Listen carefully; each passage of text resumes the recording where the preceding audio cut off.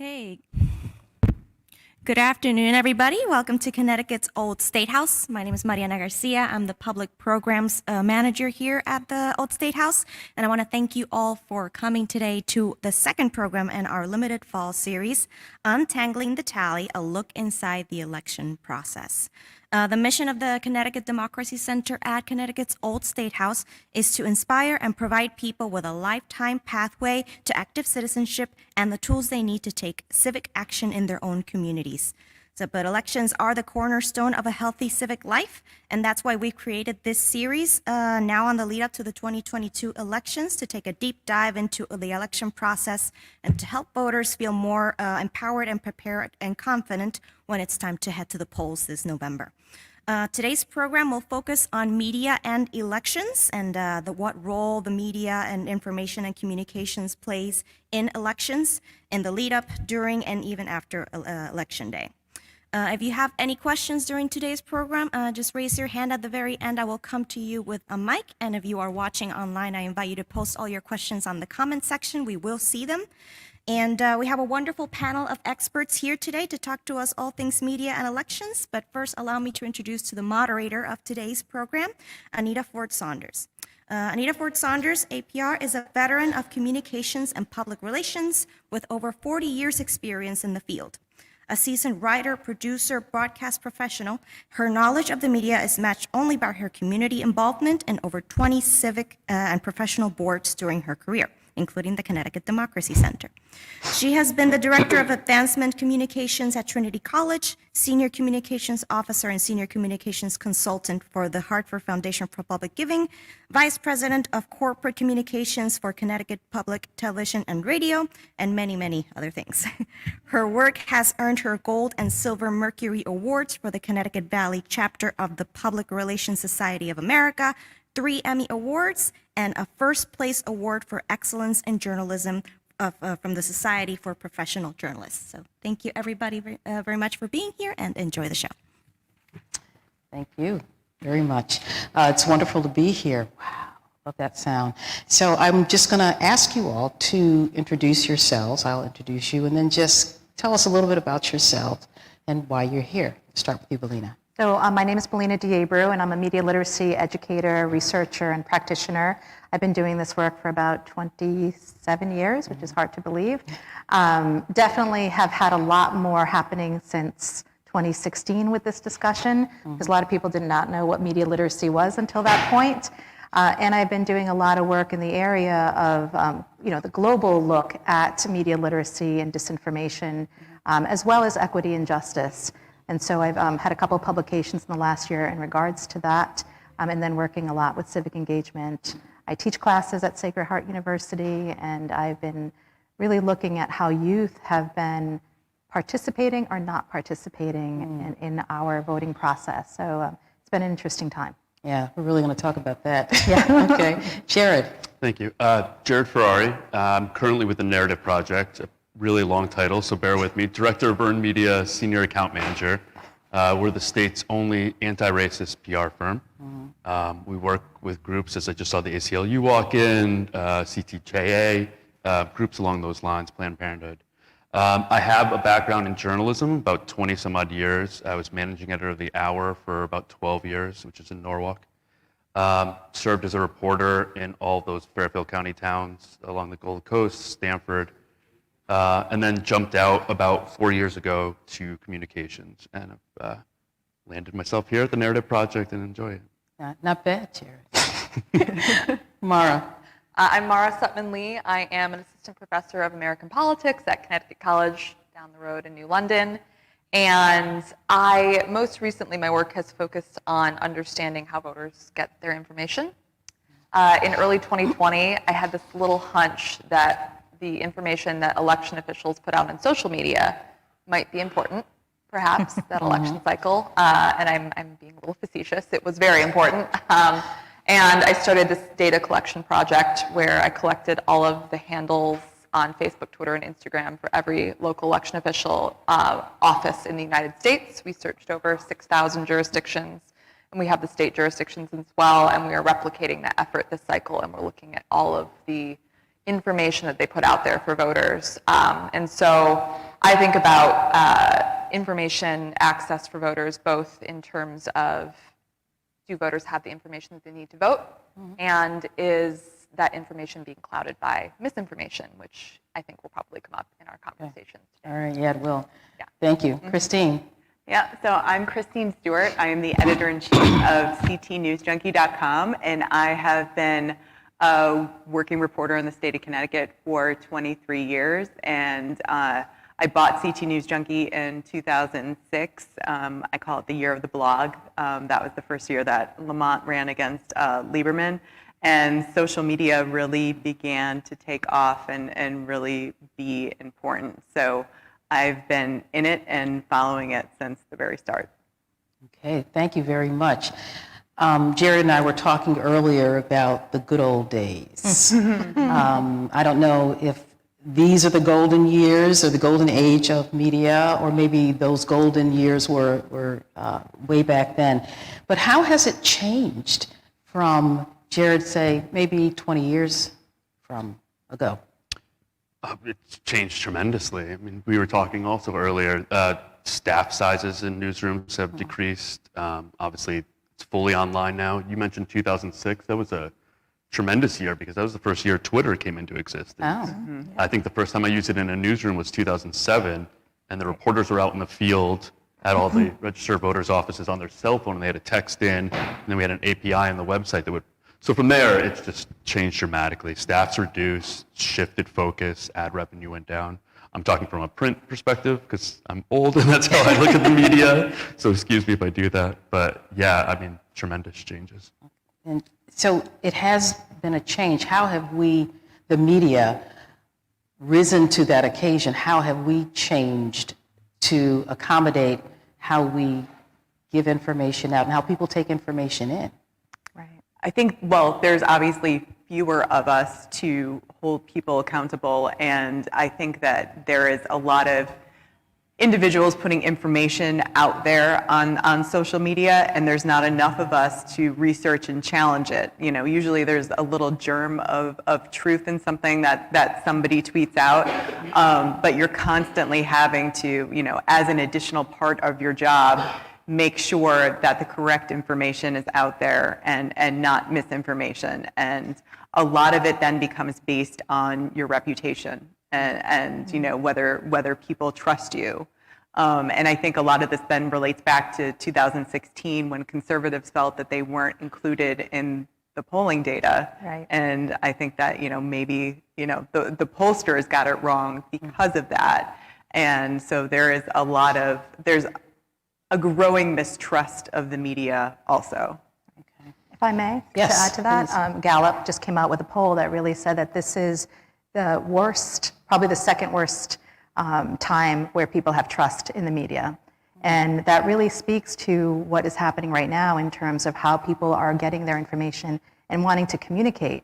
In fact, I would say the news desert problem has enhanced the issue and not retracted from it.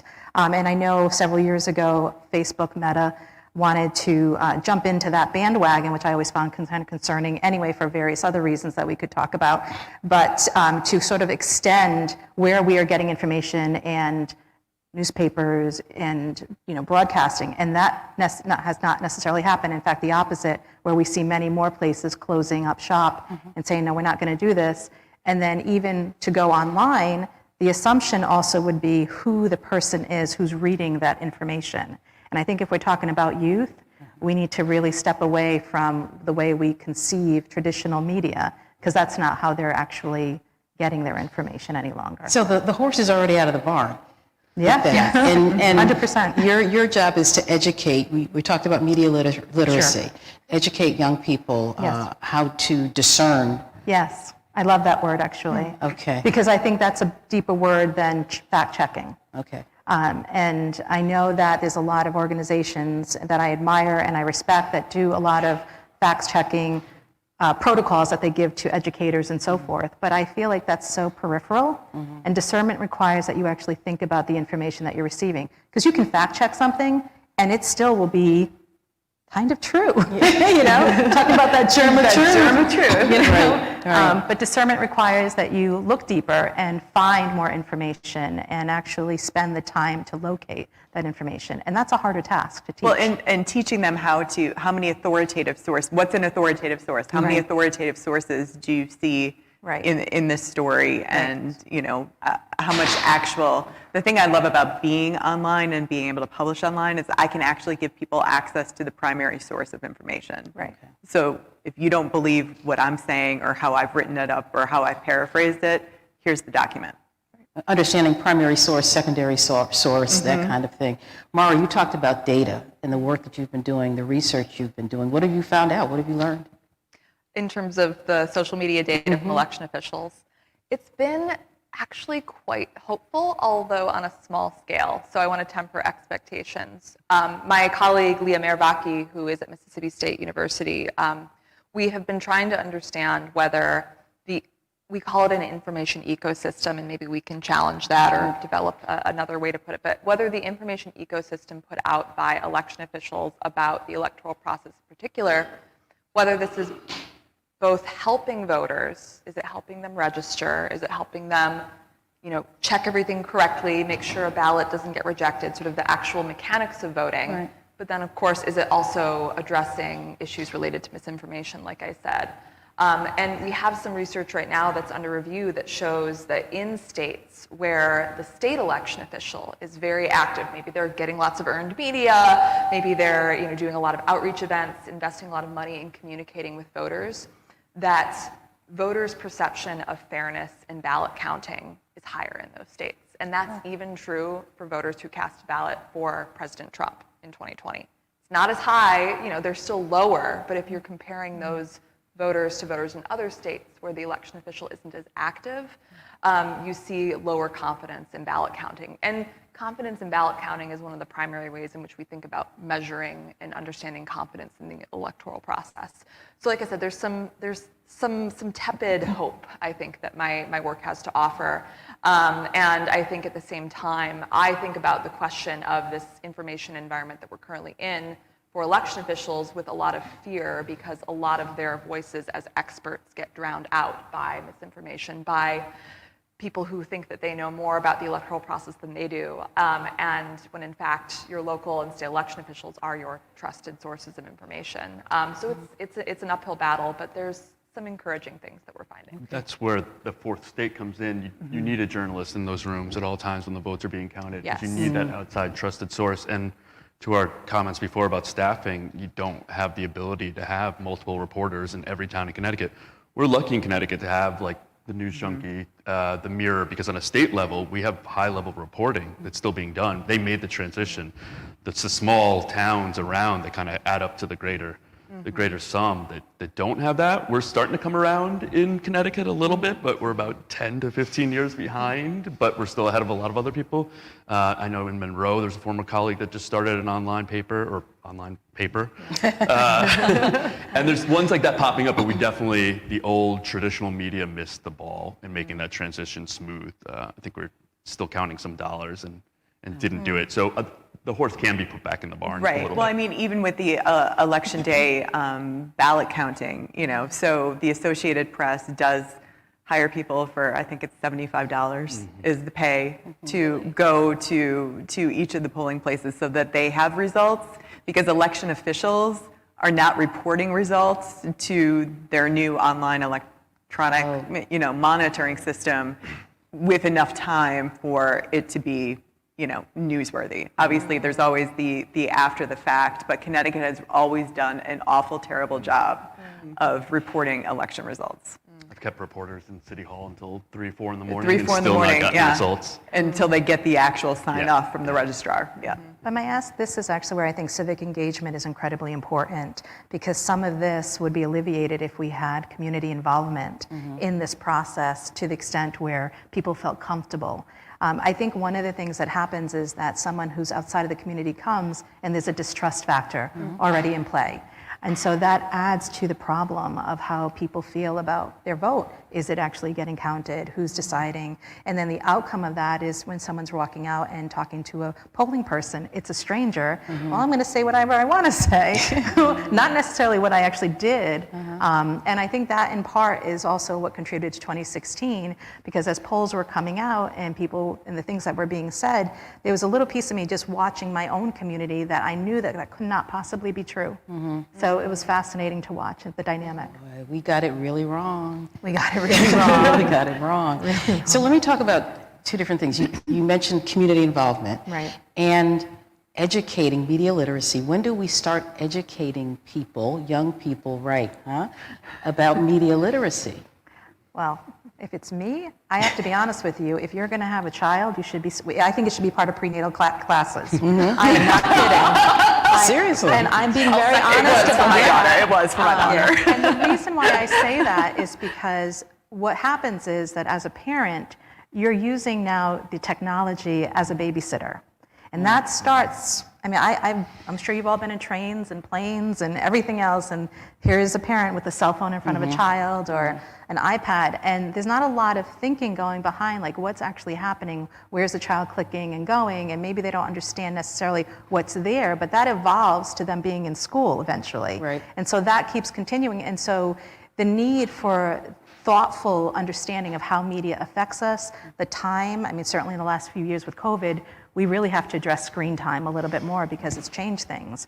But yeah, for me, I would say prenatal. I have thoughts on this from the college student perspective, and I've been teaching, this is the start of my 6th year of teaching, and I was a teaching assistant in graduate school, and I have seen, and this is a hypothesis, I'll put that out there as a researcher, a good careful researcher that deserves some testing, but I have observed an increase in a deep skepticism that my students have of traditional media, of scholarly articles. And it's not, I will assign things that are complex and I'll walk them through and, well, I'm not sure I buy this finding. I'm like, well, here's what they did. And it's almost like there's nothing that I can do to gently open up their perspectives if a finding doesn't comport with something that they previously held. And that's not happening all the time, but it does happen, and I feel like I've seen an uptick. And so I would love to see more media literacy and just, I think, scholarly literacy of how do you discern and understand probability and statistics. And I was having this conversation with my students yesterday, probabilities are tricky things to communicate, and that's why we get outcomes like 2016 and misunderstandings among a lot of folks. So I've seen a big shift in my students over time. Skepticism and discernment. Yes. Okay, you talked about your 13-year-old, right? Yeah, I was trying to wait, but yeah, it's funny. I worry more about my mother with online news because she can fall victim to the Facebook post. My 13-year-old doesn't believe anything he sees online anymore. Just kind of, not in a negative way, but like I know it's all kind of could be questionable, so I'll stay away. So it's weird to see that kind of dichotomy. Yeah. So I think, again, start as early as possible. I know my kids have heard it from me, probably don't want to, but we talk about politics, and civics is so missing in schools. It's Well, I've seen an increase just in this election cycle, just within the past few months, of people not being able to discern what an opinion column is from what reporting is. Right. Yeah. And having to explain the difference to them on several occasions. And I'll go right on social media and be back and be like, this is an opinion and this is a news story, and there are differences between the two. Right. So true. And I just want to add to that, this is actually, I think, one of the main issues that we're having, which is that people can't see the difference between opinion and news, because most of our news that we watch, especially in our 24-hour cycle news, happens to be opinion. And within that time frame, you get a small section of actual news, but then you end up going into and watching a newscast where 5 people are sitting, each deliberating the news. So that's no longer fact as much as it is someone who's an expert in this area. And I kind of feel like somewhere along the line, Ted Koppel, I don't know if you remember who Ted Koppel was from Nightline. People who are young probably won't know who Ted Koppel is. But I remember hearing him at a talk, saying that, once we stepped into news becoming opinion pieces and not, segmented to the opinion section of a newspaper, but it's actually as part of the news, we've lost people's trust. And I think that really says something about what's missing, which is that trust factor.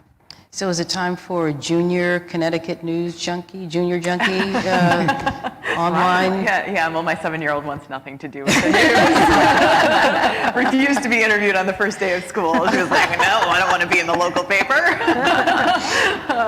We do So have I to think start. that there is, even at the smallest grade levels, there's a need for it, but there is a skepticism. Yeah. Okay.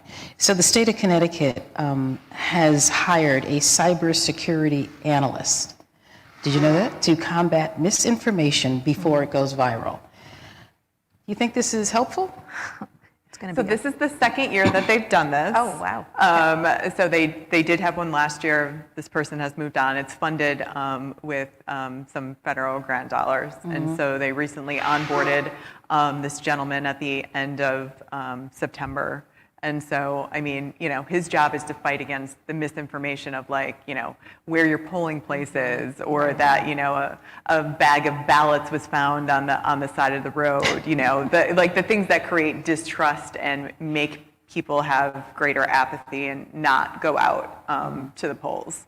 And so that's his job. There's concerns, obviously, from some certain politicians that, the job would be to take down posts of a partisan opponent, but that is not the job of this person. So there hasn't been anything, I don't know if there has been anything grandiose discovered or anything like that, but there is, with Connecticut right now, the absentee ballot process, and you have to get an absentee ballot application in order to apply for the absentee ballot, and now that can be done online, and so there's a little bit of mistrust, and the campaigns are pulling out absentee ballots, so people are receiving maybe 2 or 3 absentee ballots, and they don't know if they've, they're returning the right one, or why this ballot is even showing up at their house.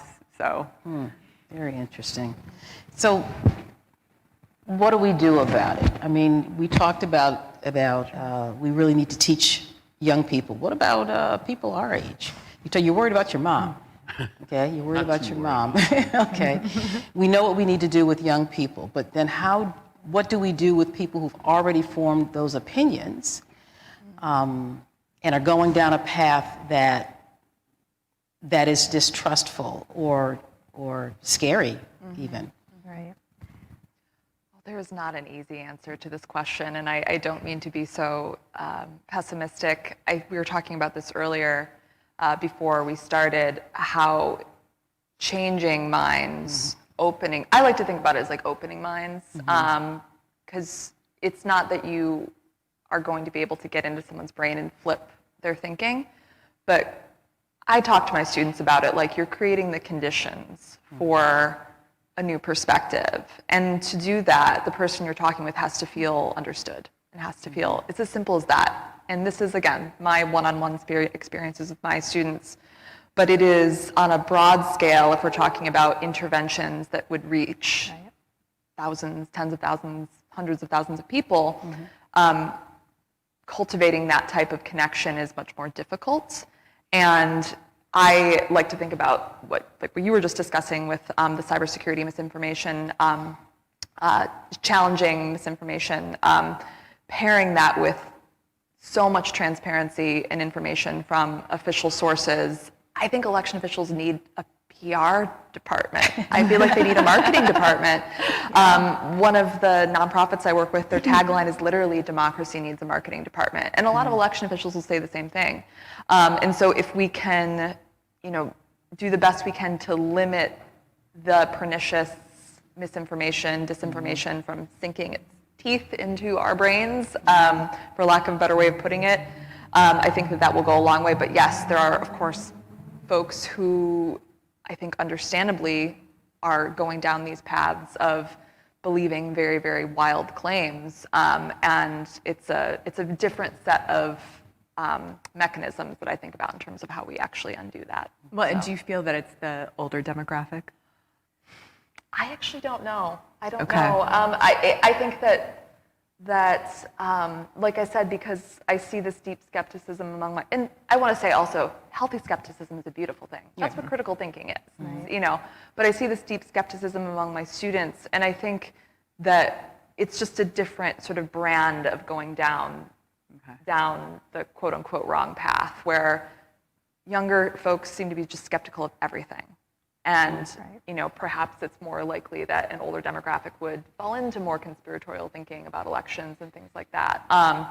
So, that's not survey data I have off the top of my head, but I think it's a reasonable expectation. And I might argue against that as well, because I know that Pew puts out the data about our elderly citizens and them getting more misinformation, and yet I find that I speak to more of our older population, and because they do actually invest the time to read and look and listen to the media, that's not necessarily the case.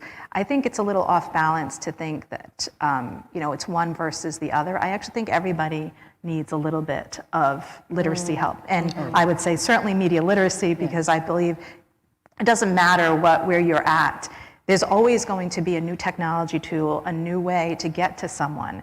And that's going to require that you actually have some thinking behind it.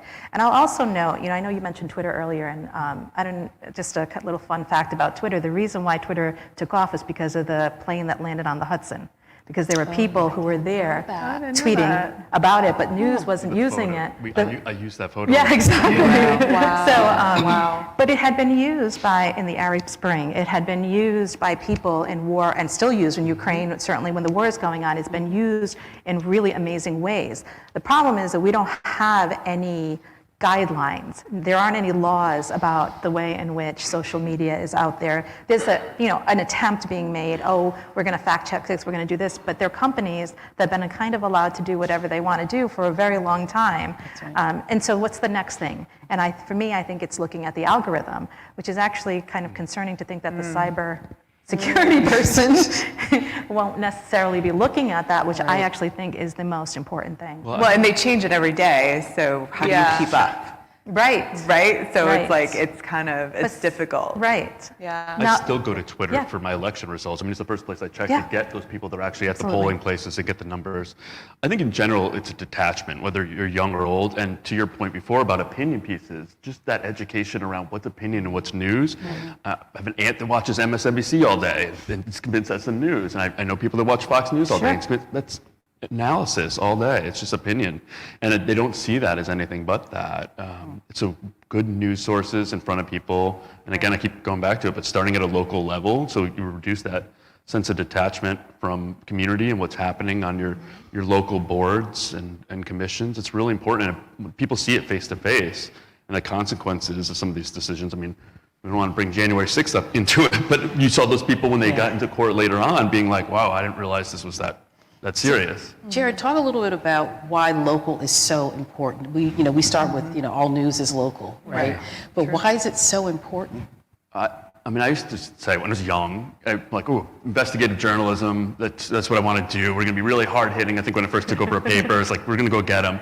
Then I got in there and I realized, the first call was like, why isn't the pasta supper on page 3? Why wasn't this? And I was like, man, this is really important to people and how their community operates on it. When their trash is going to be picked up, I'm like, okay, if we do all that well, then we could go do the investigative pieces.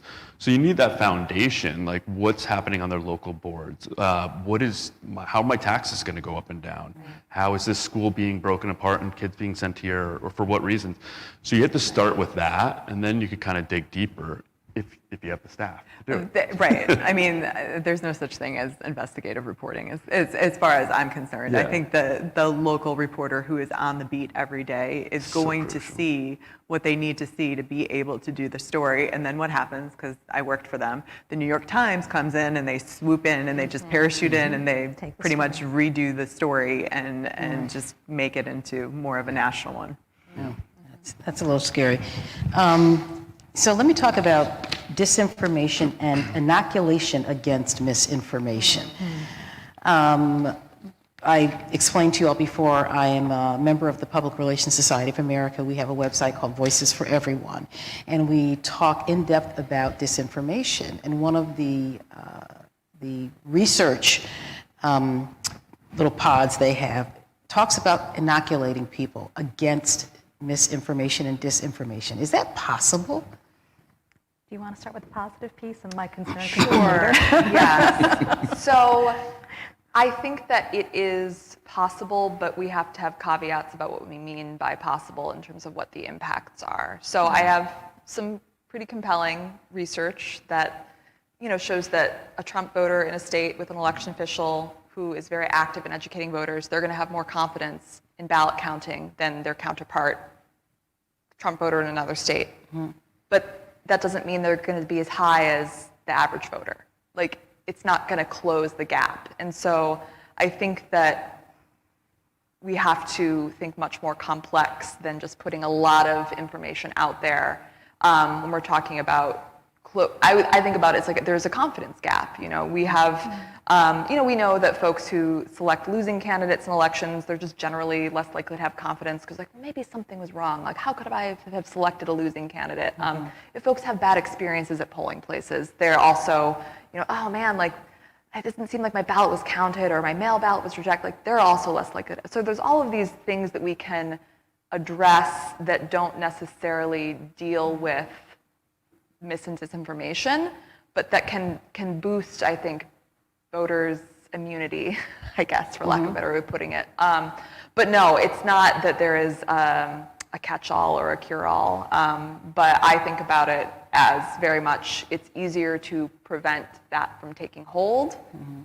It's still challenging than it is to change minds, but I would love to hear your thoughts on it. So I guess for me, it comes down to words matter. And when you use a word like inoculation, it sounds like a one-time shot. And this is a lifelong skill. When I'm talking about media literacy education, and this is why I say it should be at birth, it's really about a lifelong skill. If we want people to think deeply, to discern, it's the questions that you have to ask every day. Who constructed the message? Why is this out there? Who's paying for it? What's the profit behind it? And it doesn't just come down to just what's happening with the election. It's about everything around us, the advertisements that we see. Right. Why did you choose to buy what you chose to buy? Why you're buying a house, information in general, all of it. And I find the word inoculation ends up also now getting associated with COVID. Yeah. Okay. Which is another negative to add into it that really, I think, is a turnoff for people to think about where media literacy education, is it important, or is it just another political thing, which is really problematic if we really want to teach people about skills and discernment. Okay. I don't disagree. No, that's a really important point about, there's a bit of, I don't know if I would call it misinformation, but there's a bit of a misleading idea behind this challenging misinformation as it's a one-time shot, because no, you do want it to be like this repeated. You want it to be an ecosystem that is cultivated and developed over years. Yes. And so when you live in a place where your elected officials are very active in communicating, that's not a one-time thing. That's consistently happening every election cycle. So. And I'll say for my current field now, communications, not everybody operates, not to plug my own firm, the Narrative Project, is this necessary is one of the first things we ask ourselves when we do things. Are we being transparent? We had a poll that came out from one of our partners, I won't say who, the other day. They're like, how do we appear in this? They paid for the poll. I'm like, say you funded the poll. It's that easy.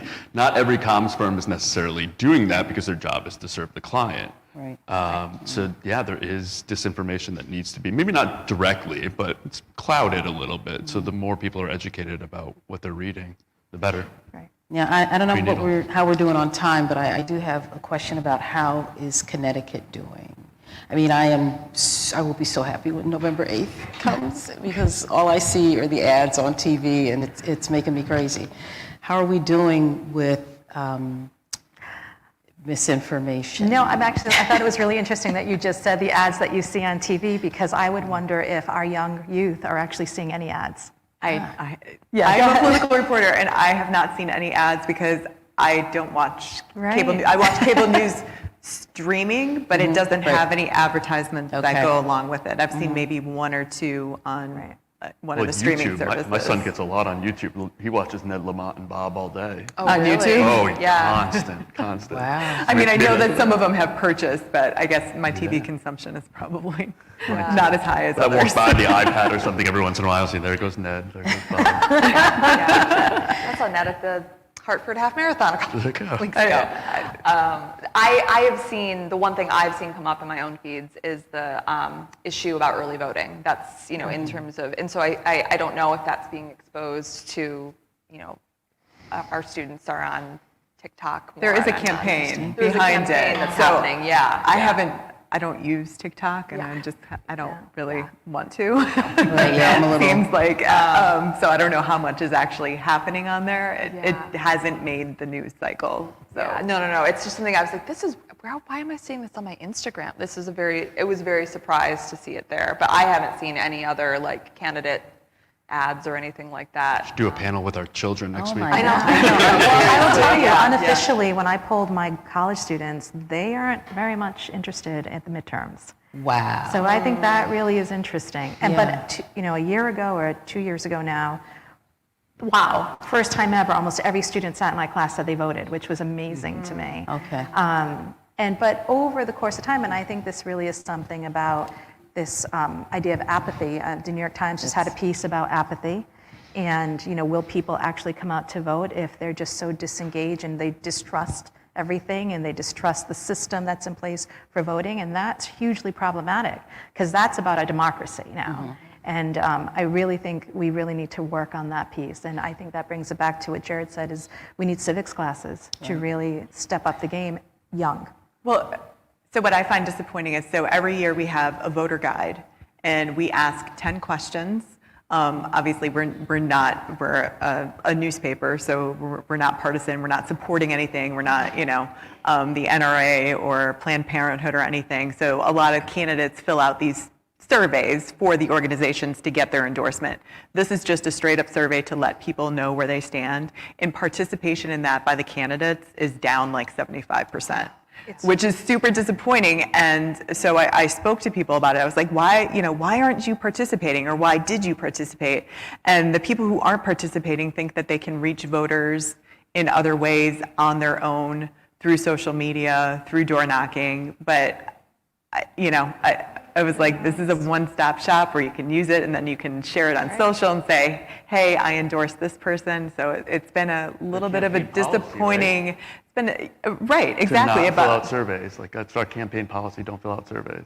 No, I mean, it's like, I delegated that to my staffer to do. I delegated that to somebody else to do. And So it's not important to them. It's not important to them.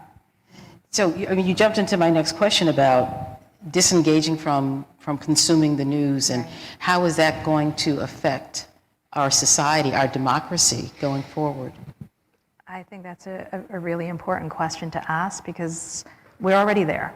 Yeah. And it's really concerning when something really important is happening and we need people to vote and people choose not to.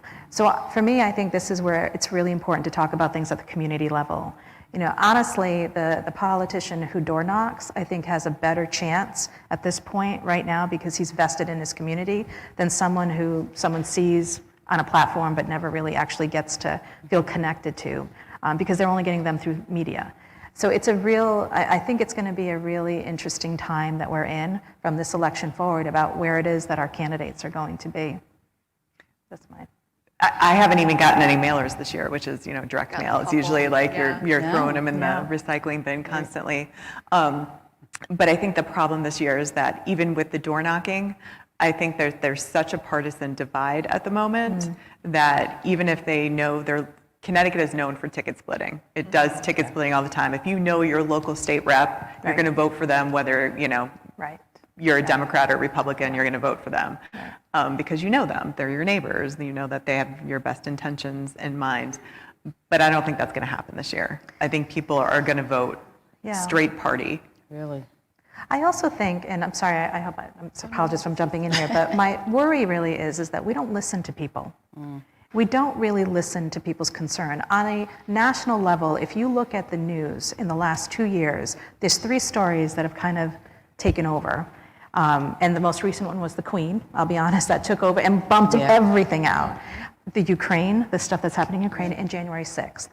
There is a whole big country with a lot of issues, and we don't see them represented in our media. Right. And this kind of brings us back to that first question about, do we see the news where we need it to be? It has in part to do with news deserts, but the other issue is, right after 2016, the New York Times did this map of where media is in the country.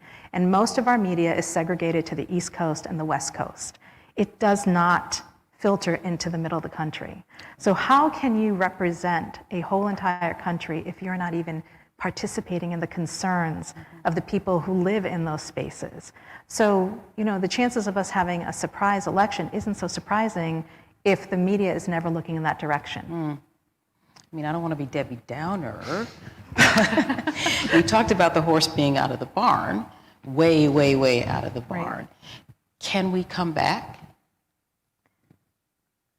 I think that what you said about listening just really raised my antennas in some hopeful ways, but the process of coming back is not going to happen overnight. Right. I think about how, as an elections expert, I get approached by friends and family and, who have legitimate questions, like, hey, I saw this in a box of absentee or whatever it is, Right.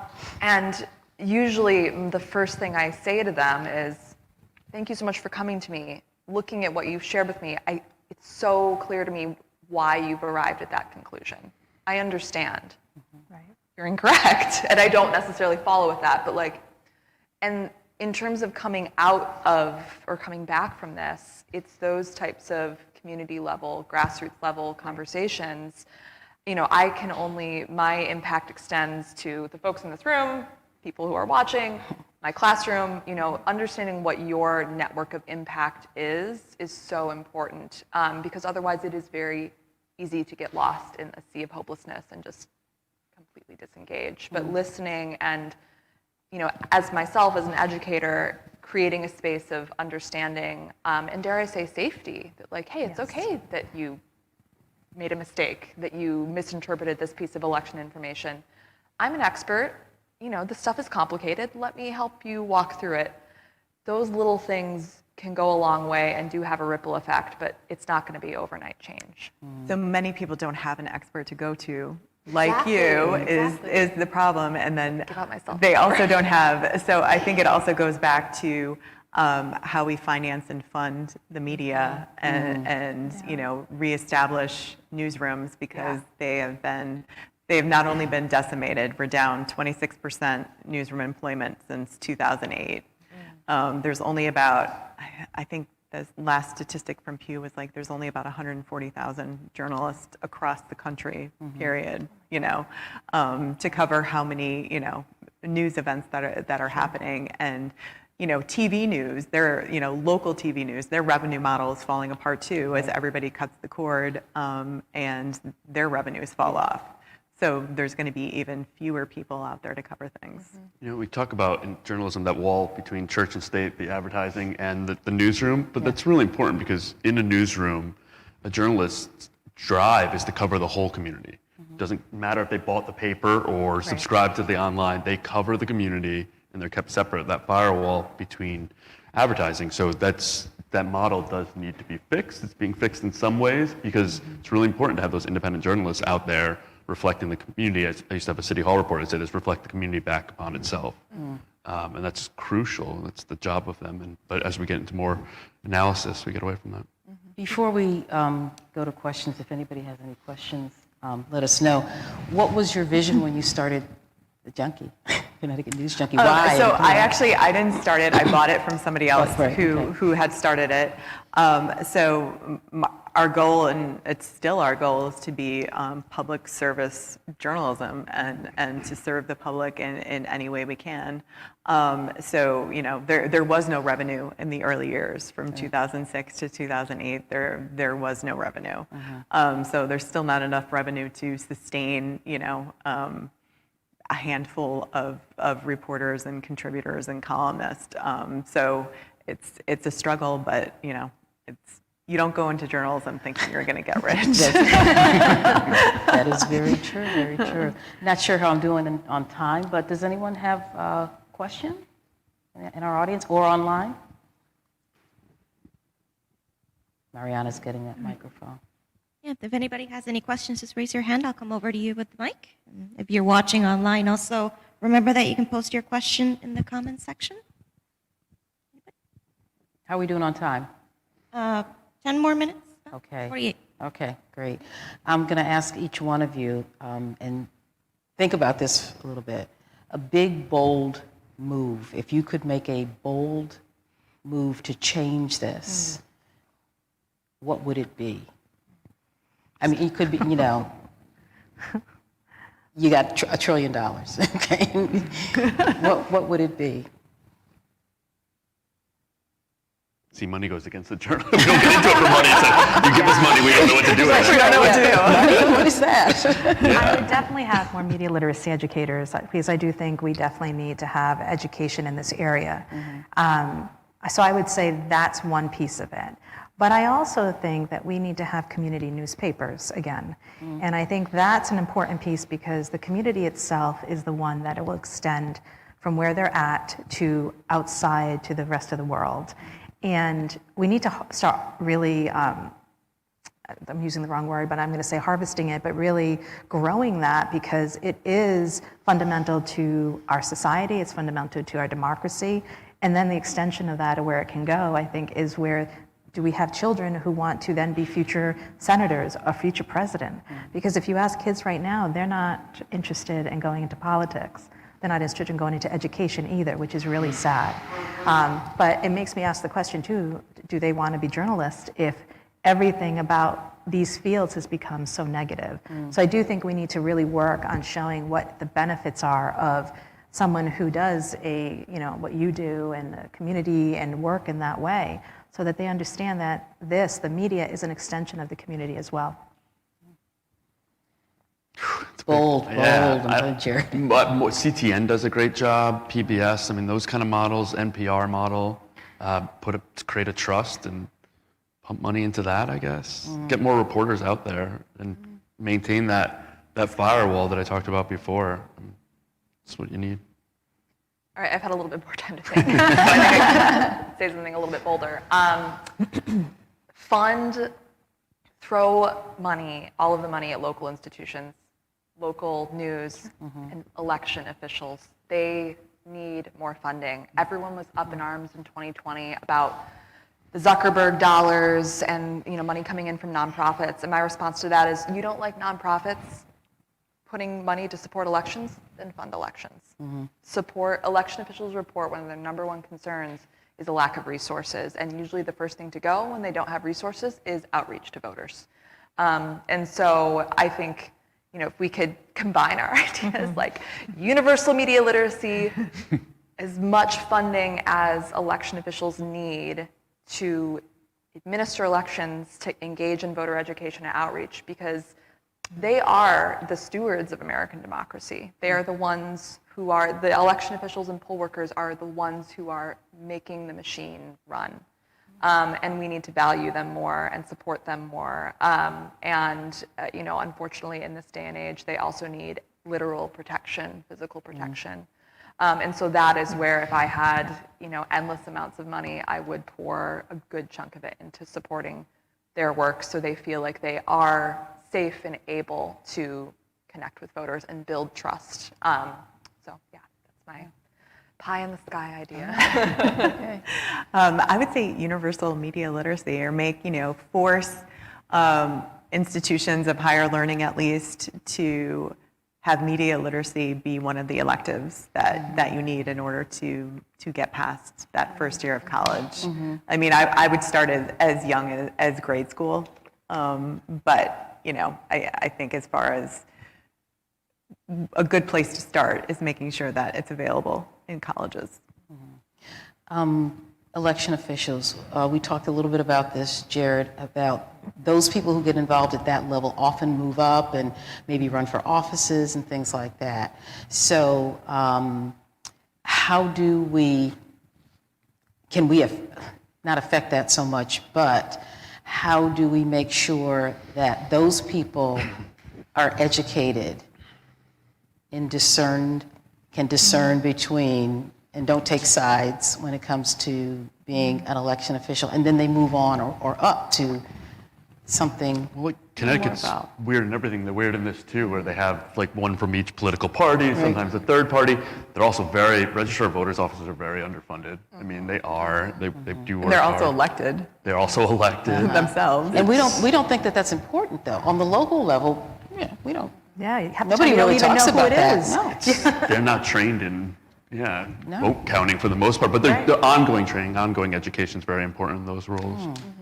So maybe we need to focus on that a little bit. Well, because there's little money. I mean, you look at we have per year, it's about a $42 billion budget for the state of Connecticut. The Secretary of State's office gets $20 million. I mean, at most for its entire office and all of the staff that it funds. And then some of that money then trickles down to cities and towns, but there's not a lot of money there. Does anybody have any questions here in the audience? We do have a question.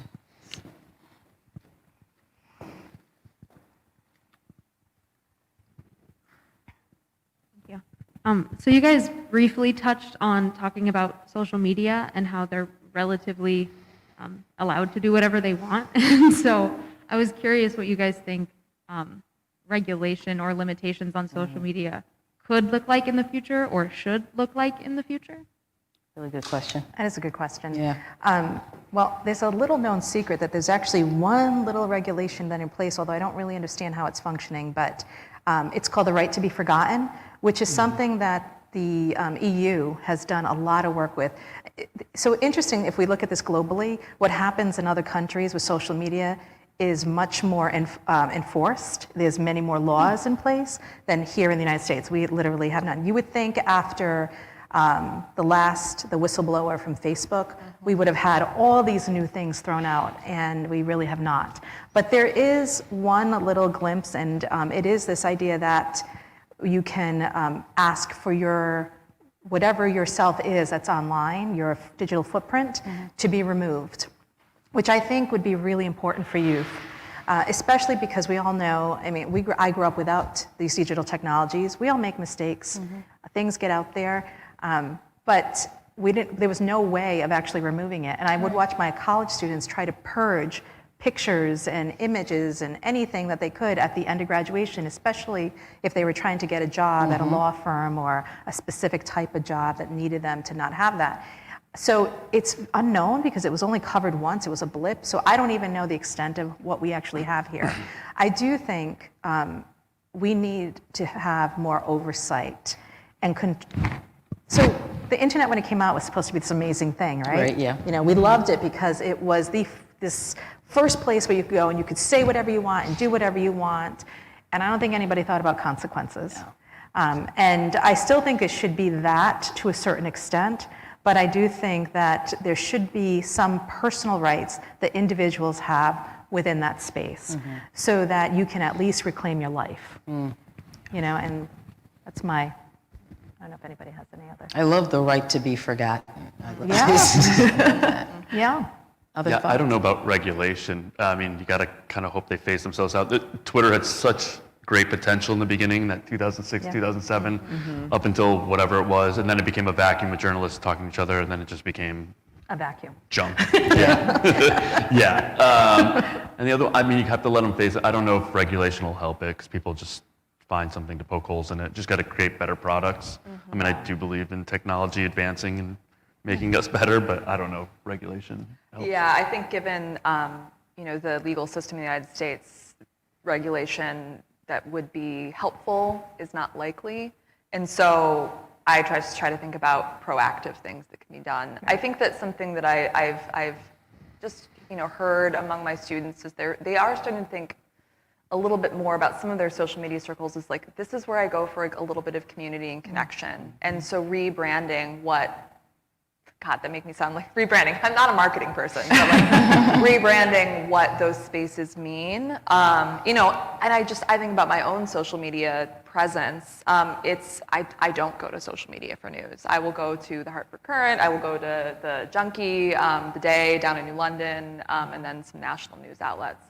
But I think that anytime you slap a regulation on something, there's going to be someone who's going to poke a hole in it, or there's going to be a backlash. And it's not that things shouldn't be regulated. It's just that we want to think about those changes relative to what human nature is. I think about the backlash to masking, where, you know, like when you're being told to do something, or when you're being told that this and that is being restricted. We also have to, you know, come at it from the bottom up and sort of a re-education of folks in a way that encourages them to sort of step out of the vicious cycle of, you know, being in their own bubble on social media, and seeing the same things posted, and you know, not really stepping outside of themselves when it comes to the news that they're consuming. I think as far as regulation is concerned, I don't think it's possible to regulate these entities based on the current state of our government and the organizations that we have set up as watchdog organizations. The Consumer Finance Bureau was just found unconstitutional for the way it's funded. So, you know, I have no faith that they'd be able to take on any of this. Funded through the Treasury, right? Right, funded through the Treasury and not the Congress. I thought I was a Debbie Downer. Any other questions? All right. Thank you all so very much. This has been a stimulating, interesting conversation. I hope everyone has enjoyed it. Thank you, Belina. Thank you, Jared. Thank you, Mara. And thank you, Christine, very much. Thank you. Thank you.